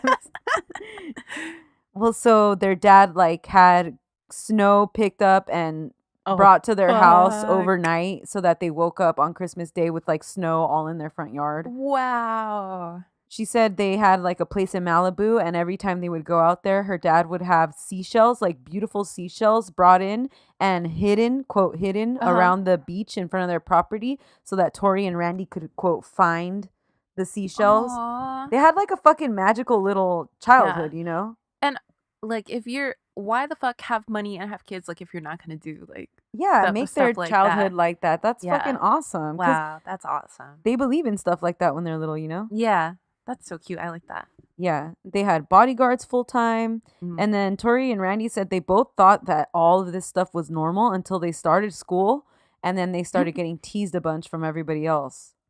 What do you have for lunch? Peanut butter and jelly. What do you have for lunch? Fucking Caviar and oysters. Cigarettes. Hey, Randy, heard you got lost in your bowling alley again. In middle school, Tori was enrolled into Westlake, a private all-girls school, to help with her shyness. Oh, I have a lot of experience with that school. Harvard Westlake. Her homegirls from there said at this time, Tori started rebelling and partying a little bit.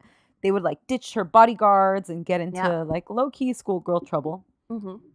She said, or Tori said, that around her adolescence, like early adolescence, she started to feel a lot of pressure to look a certain way and behave a certain way, especially from her mom, because they would go to events all the time, you know? Yeah.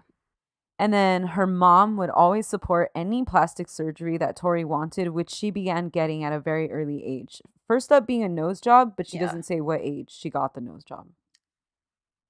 Low-key, she needed it. She looks better. She looks better. Like but now the she glow looks up is like real. Kind of a little too worked. She took it too far. I haven't seen her lately. Yeah. No, but when she was a kid, like when she was on Saved by the Bell, she looked great. And on Melrose Place, she looked good. Yeah, that was good. Yeah. So then she was cast in her dad's new show, 90210. Allegedly, she went to the casting call under the name Tori Mitchell because she wanted to get this role on her own, not with her daddy's support. You know how that be. You know that story. Yeah. We heard it all before. Did she wear? She was wearing like a red wig, probably, yeah, or something like that. Yeah. But she had auditioned for the role of, I don't know who, but Jenny Garth got that role. I think that might be the main girl. Okay. So then she took a side role as the character Donna. All right. Then she became pretty famous because the show was a gigantic hit. She was on the cover of magazines. She got a Barbie. She was getting interviewed. It was like things were taking off for her, you know? I think there's drama about that show, right? There is hella drama put that about on the that list. show. I literally say that. Yeah, we should. But all the glory also for her always came with like an asterisk. Yeah. Because what everybody always said about her was who her dad was and that she was only an actress because of who her dad was. That fucking sucks. You should. I know. I mean, like, don't let that bother you. Just like. Yeah. And like, I think like, sure, but would anybody else in her shoes not do the same fucking thing? Right. You know, like, fuck, good for her. Shit. We're just jealous. But you know who like has that problem and really, really got away with it? Like, really, like, made an effort to distance himself? Nicolas Cage. Oh, like, yeah. What, like, if it's possible for him, like, I would imagine that it would be possible for anyone to. I always forget that he's part of the Coppolas. Yeah. I love their family tree, like, and Yeah, trying me to, too. like, connect all the dots and stuff. It's wild. Yeah. Shout out to Adrian. I want her to be in those movies so bad, and she's not, and I hate it. Okay. A ghost? So, no, I just wanted her not to be dead. Oh, okay. Okay, so back at the manor, a lot of the 90210 cast members became regular guests, according to Candy and Aaron. Okay. Especially Shannon Doherty, who was Tori's super close friend for a long time. Huh. So this is where I would say gossip within the cast of 90210 is wild and deserves at least a mini episode. Yeah. Okay. So at some point, Tori and Shannon had a falling out. And the tea is that Tori encouraged and pushed her dad to fire Doherty from the show. What? Daddy, she was mean to me. Yep, which she was. I bet Shannon was like, fucking little princess. Yeah, know? yeah, I bet. Oh, and she would be right too, though. Yeah, but you don't fuck with her. Like, why would you? Yeah, exactly. If you had drama with her, like, you did that shit to yourself. Because you better squash that shit quick. Yeah. You know who her fucking dad is. Yeah. Fuck. You know who was fine? Jason Priestley. Yeah, he had his moment of glory. Yeah, huh? he was real cute for like 5 minutes.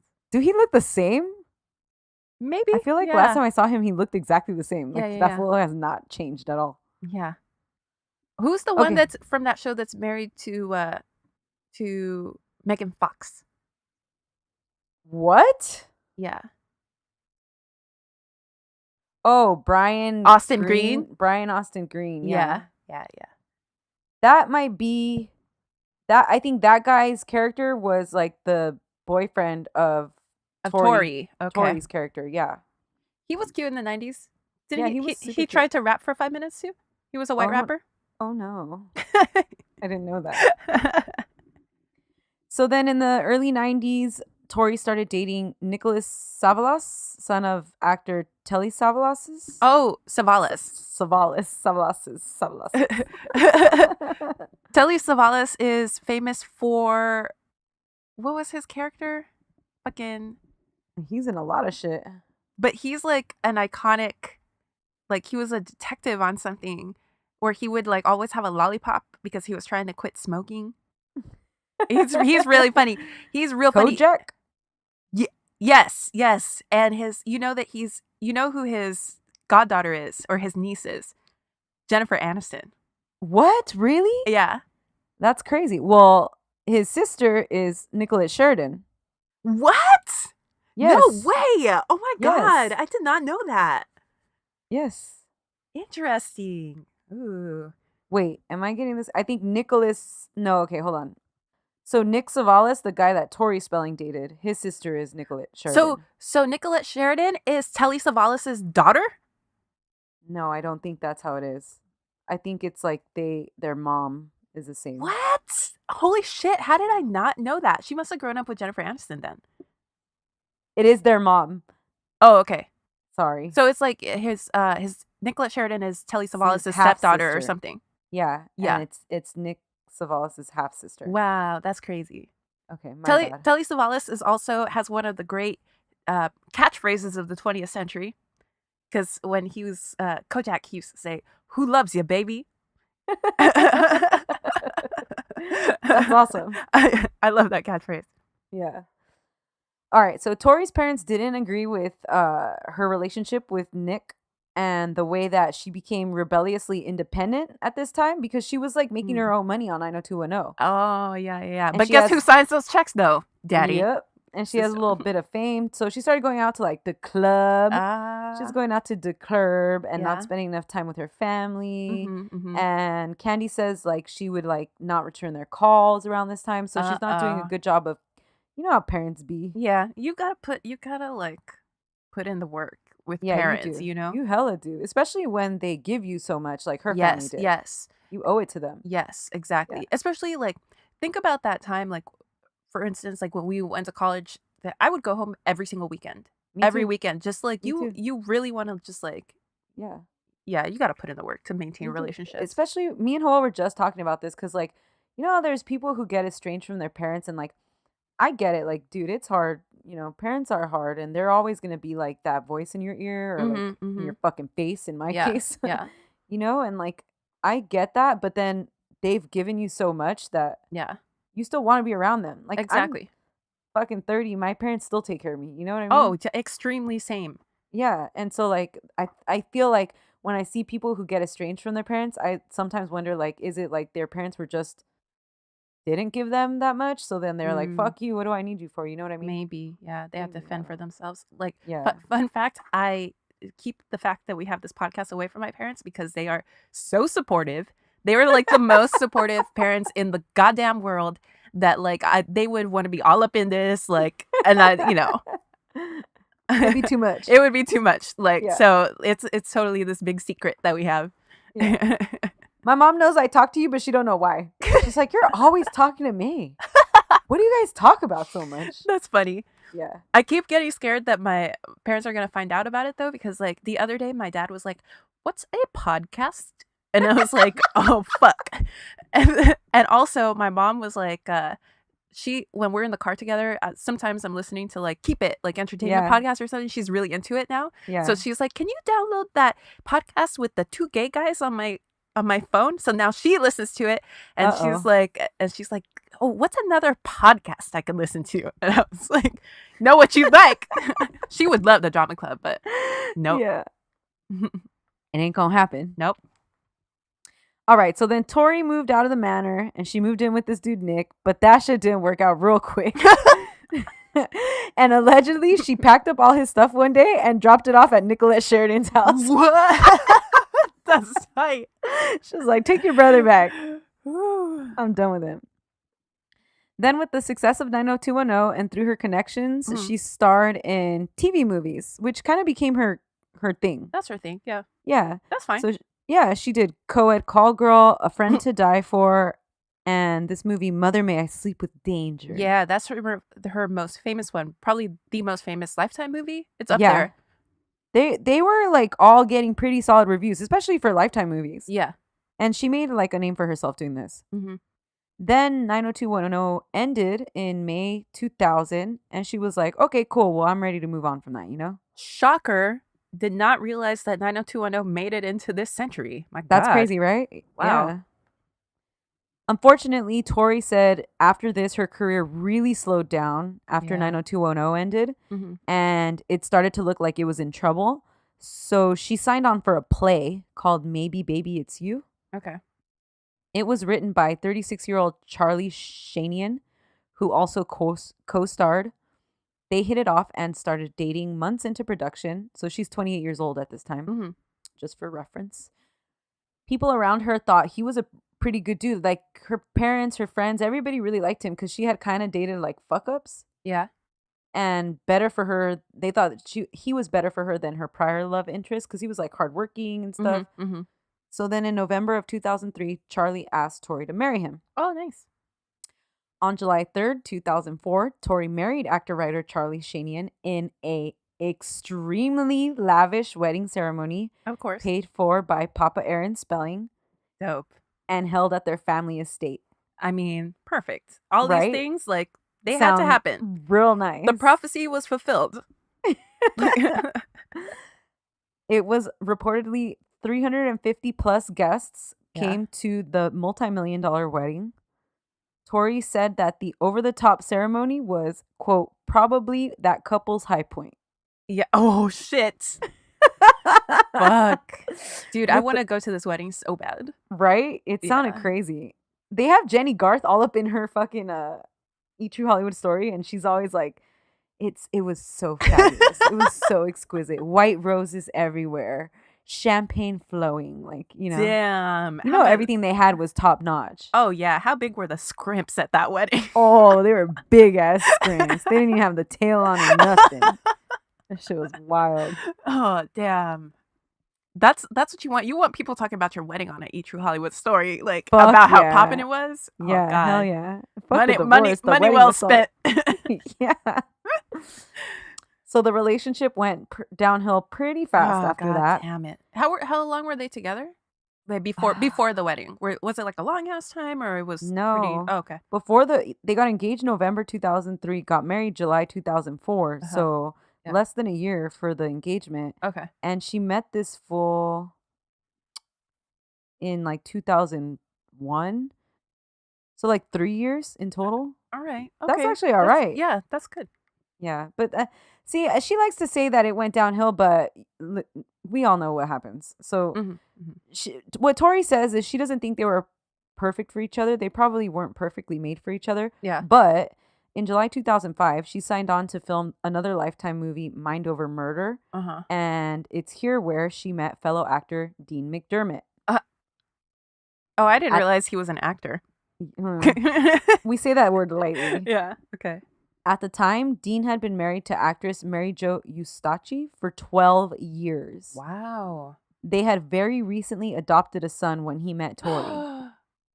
Tori and Dean said they began an affair the night they met. Holy shit. Yeah. I've never been that attracted to someone. Right? Actually, never mind. I have.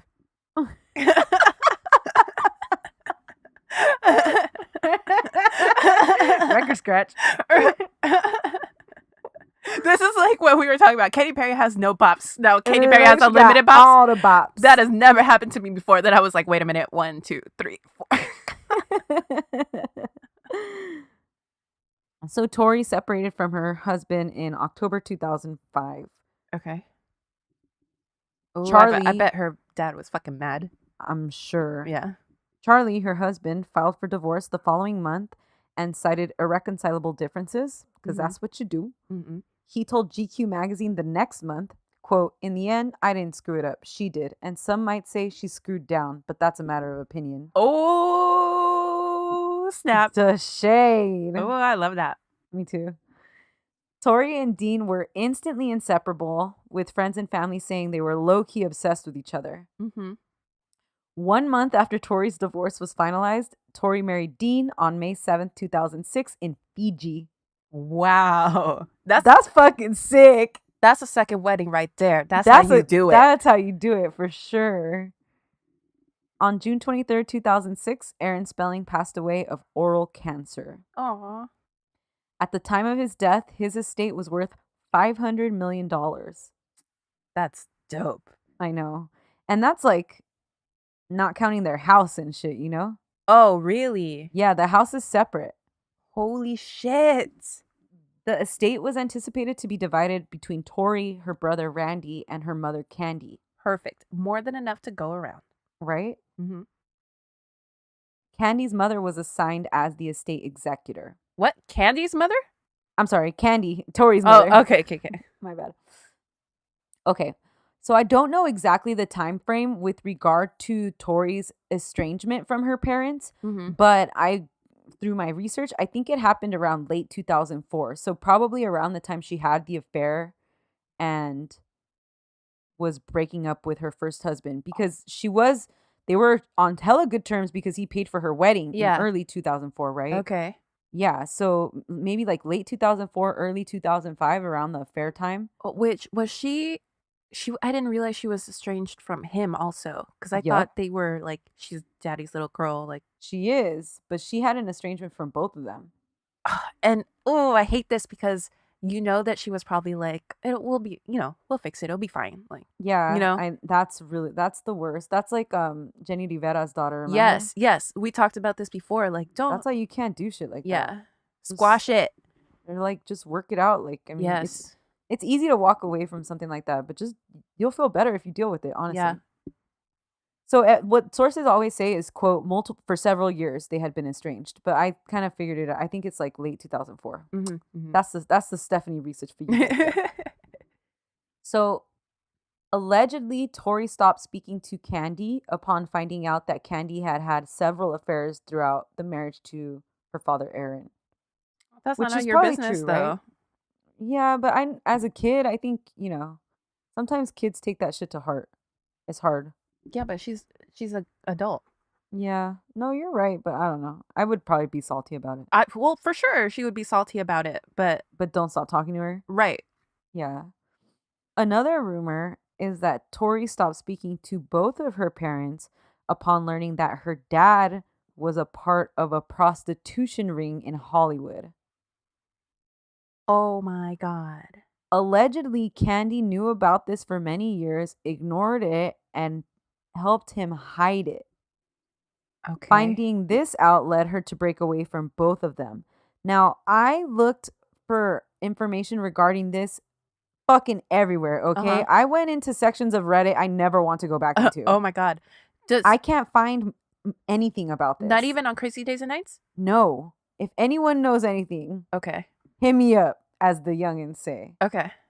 I saw it on some shady YouTube videos that were like the breakdown of the inheritance drama. Yeah. And like a few of them would say it and had like weird newspaper articles. I couldn't find shit. Like I literally couldn't find anything. Whoa. Okay.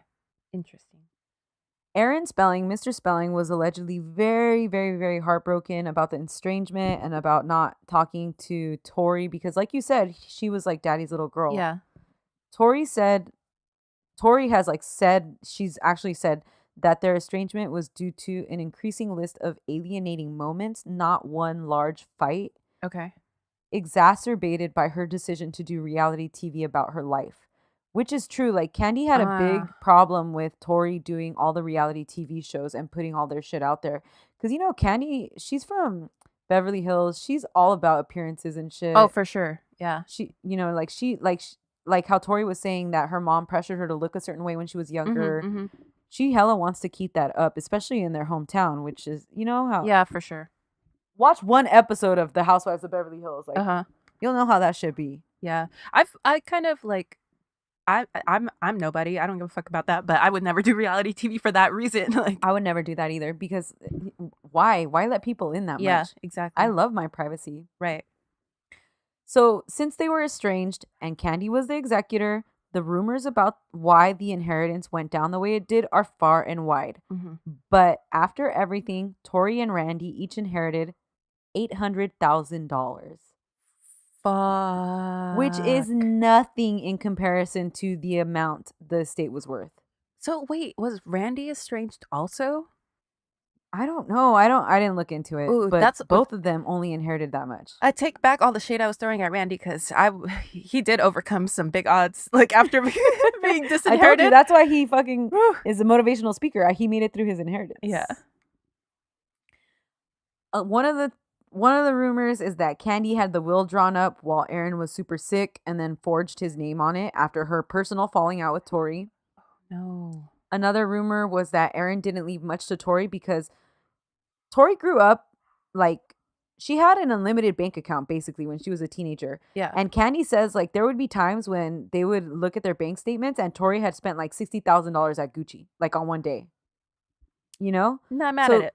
So Candy said that Aaron didn't leave Tori a lot of money because he 'cause she didn't would trust her not spend to it. squander it. Yeah. He thought she was just going to blow it all. So he thought it was safer to leave it to Candy. Yeah, I'm sure. It probably was. But Yeah, but the problem thinking is that Candy- yes, Exactly. Oh, Thinking that Candy and God. Tori are going to be all right and Candy's Yeah. going to take care of her and shit. Yeah, fuck. But Candy doesn't. That's fucked up because that's he That's left that. that was his legacy. Yes, that was his legacy, and like that's that's what he wanted that money to go towards, and she's ignoring that. Yeah, totally. Yeah. She's taking it personal. It's getting real petty. Yeah. Since the will had a no contest clause, neither Tori or her brother Randy ever challenged it. They basically just collected the cash and moved on. Yeah. Both of them in interviews say growing up with everything to being left with little in comparison to their dad's estate when he passed was a huge reality check. Mm-hmm. As for Tori and Candy, they've had spiteful attitudes towards each other pretty much ever since then. Yeah, so they've had moments where they talk to each other again and they've seen, like, you see them around, Mhm. but their relationship has never really fully recovered from this. Mm. It was later reported that Candy established a $10 million trust for Tori's eldest son, Liam, and it was also rumored that Candy's will leaves everything to her grandchildren and Randy, with nothing being left to Tori. So meanwhile, Tori's now married to Dean McDermott, right? Mm-hmm. And they began a reality show, Tori and Dean, including hella spin-offs on the Oxygen Network from 2007 to 2012. Okay. They have a total of 5 children together. Jesus. Liam, Stella, Hattie, Finn, and Bo. All right. And Dean has also a child from his previous marriage. And an adopted child. Okay. Allegedly, Tori kept having kids because that was the only time her mother would help her. Wow. And Tori, that's not cool. That's that's cool. really not cool. And this is also a time when things would be amicable between her and Dean and her mom. Like when she was pregnant and having the baby and This stuff. is a recipe That's for disaster. so bad. Yeah, don't fucking do that. Please Yeah. don't bring children into this world for that Mhm. your fucking personal purpose like Yeah. that. Tori has written so many fucking books I lost count, okay? Mhm. But in her 6th book, she admitted to having a lot of financial troubles due to the cancellation of her reality series and poor real estate decisions. Ugh. From 2007, starting in 2007, over the next 6 years, she moved a total of 8 times, Yeah. always renting $8,000 to $16,000 a month rentals Don't- around LA. Girl, don't do that. She also said she struggles to embrace a simpler lifestyle because of her expensive tastes. She says something really sad, like, even when I try not to have expensive taste, it's still expensive. My mom says that all the time. That's so crazy, right? That's so funny. She Oh my said, God. when I was growing up, I never, ever, ever talked about money. So I never knew anything about how to handle money. You Yeah. know? Yeah. Like she wasn't prepared to Right. live normally, basically. Yeah, like, that sucks. really, like, normally. No, Yeah, I get it. I feel for her too. Like, it's not her fault. Yeah. You know? This house only has 8 rooms. How am I supposed to live this way? Right? Where's my fucking wing? I Yeah. thought Randy was lost somewhere in this house. Randy can't even get lost in this house. This house is so small. Dude, last year I read a article about her in People magazine. They are all up in People magazine. Oh, hell yeah. 'Cause She- they get paid for that. Yep.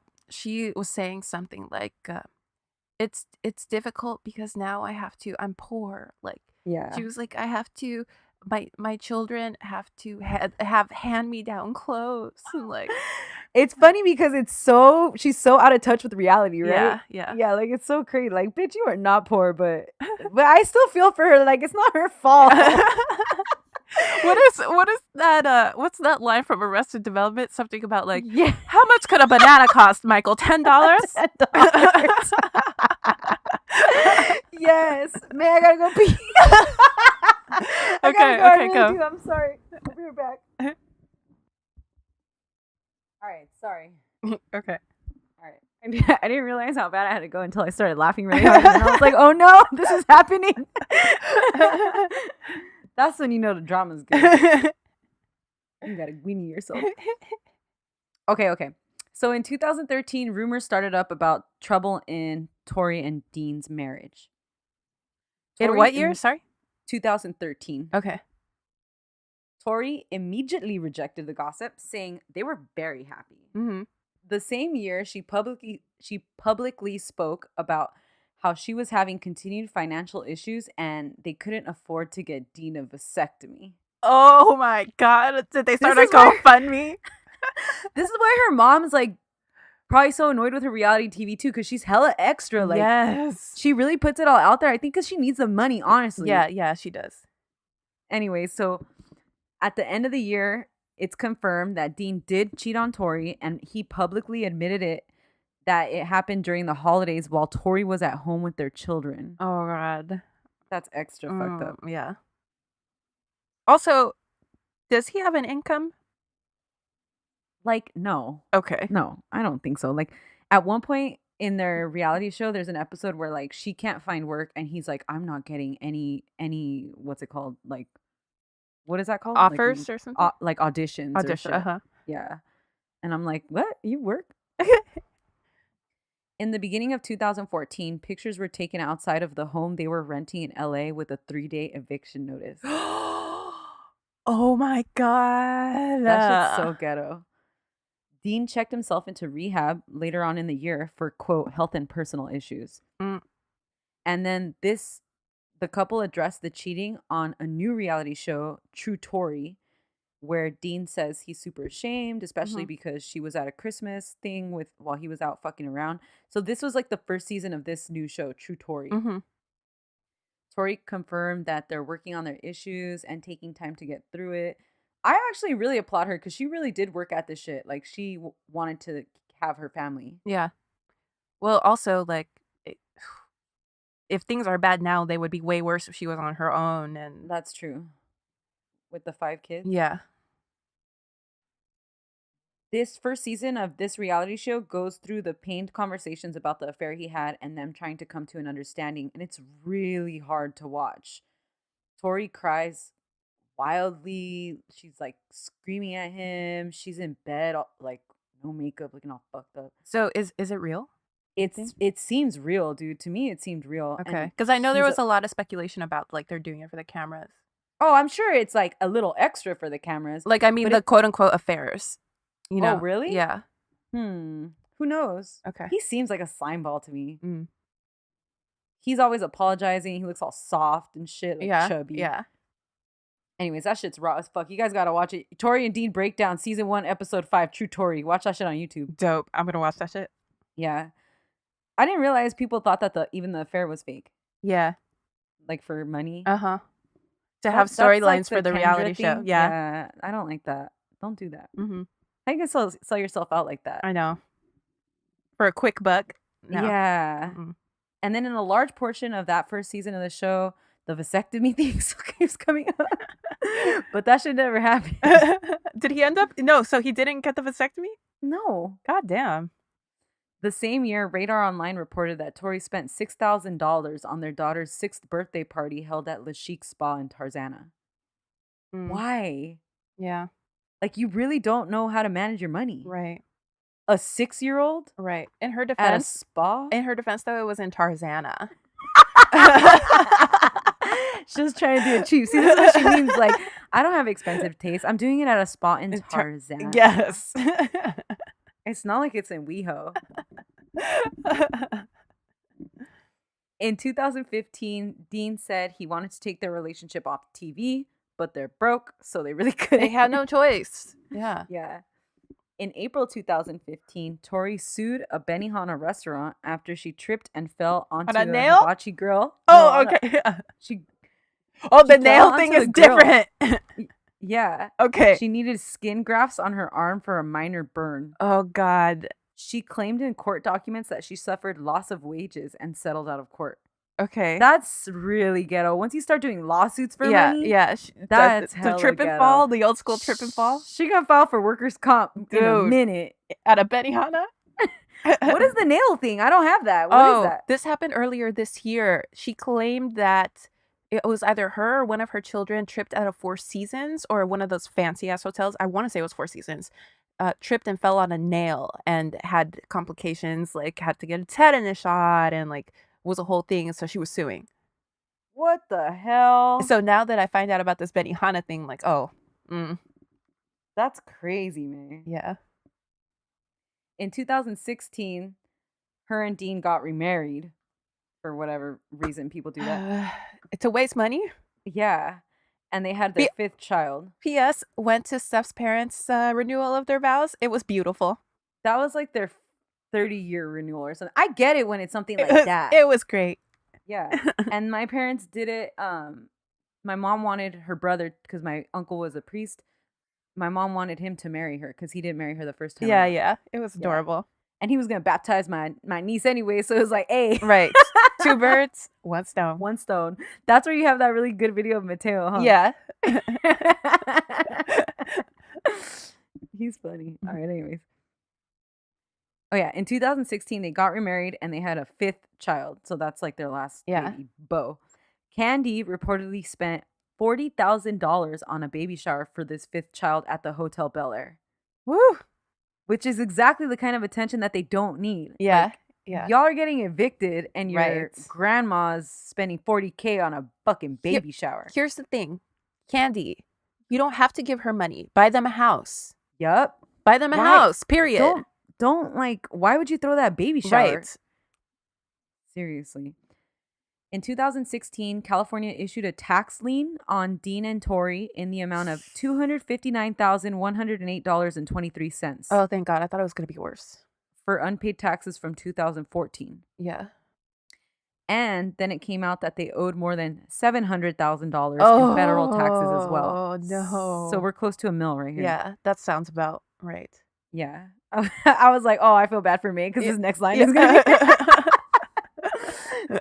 Don't feel bad for me. Feel bad for Tori. I'll feel bad for Tori. Additionally, American Express sued her for failing to pay her outstanding balance of $37,981.91. Well, and then Citibank threatened to sue them for defaulting on a $400,000 loan from 2012. Wow. In 2017, Tori got more Botox. Where'd you get it done? In Tarzana? Drama. Yep. This is a cheap ass Botox. This Botox is needed from Beverly Hills. Dean McDermott missed multiple $1,500 child support payments to his first wife and dodged a child support court appearance. $1,500?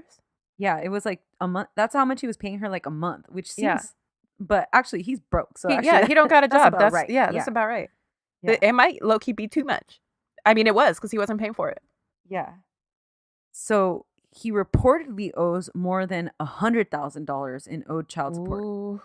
Okay. And he almost faced jail time in contempt for charges, but he paid enough to clear himself. Yeah. Okay. That same year, 2017, the IRS allegedly drained both of their accounts to recoup back taxes. That's what happens. Mm-hmm. On March 1st, 2018, police responded to a disturbance in their home at 7 o'clock in the morning. It was a domestic incident, and the 911 operator said the call was made by, quote, a female with possible mental illness, which was Tori. Because Tori called saying that she thought someone was breaking into their house, and she's all frantic, but then it turned out to be Dean. Wow. She was high. Yeah, there's something, right? 6 days later, on March 7th, 2018, Dean called the police to do a welfare check on his wife after she left their house. They surrounded her at 9:45 a.m. outside of some store, and then Dean was shown outside of the building holding their 1-year-old baby. Wow. They weren't able to confirm why the fuck he was concerned about her well-being, but the police determined everything to be fine, and then no further action was taken. Okay. They don't have a reality show at this point, right? They don't know. Maybe they're trying to get one? Okay. I don't know. It just seems like she's spiraling. It's a little scary. We're getting to like Heather Locklear scary typeness. More recently, like in the past few months, Dean has been spotted by paparazzi outside of attorneys' offices in LA. So who knows what that's about. And Tori posts a lot of cute photos of her children on Instagram with some products she endorses. And that's the drama of Tori Spelling. Wow. That's crazy, right? That's crazy. I wish her the best, dude. Like, me too. She's kind of a train wreck, though. Yeah. Oh, God. She's funny, too. Like, the thing about Tori Spelling is, like, she does okay for herself. Like, I bet her life wouldn't be that messy. And then even when it is that messy, the worst thing is that she's messy. Like, she fucking, like, talks about it. And she, like, says too much. And she has no filter and shit.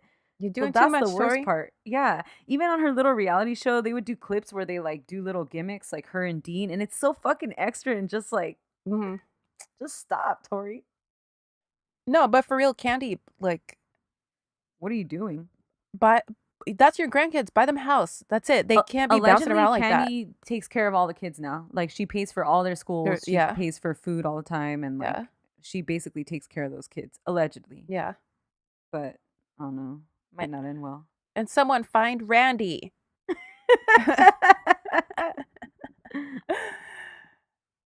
All right, guys. Well, that was this week's Drama Club. Hope you enjoyed the drama. Thanks for listening, and look out for our episode next week. Hit us up on Twitter and Instagram at DramaClubPod. Hit us up on Gmail, dramaclubpod@gmail.com. On our website, dramaclubpod.com.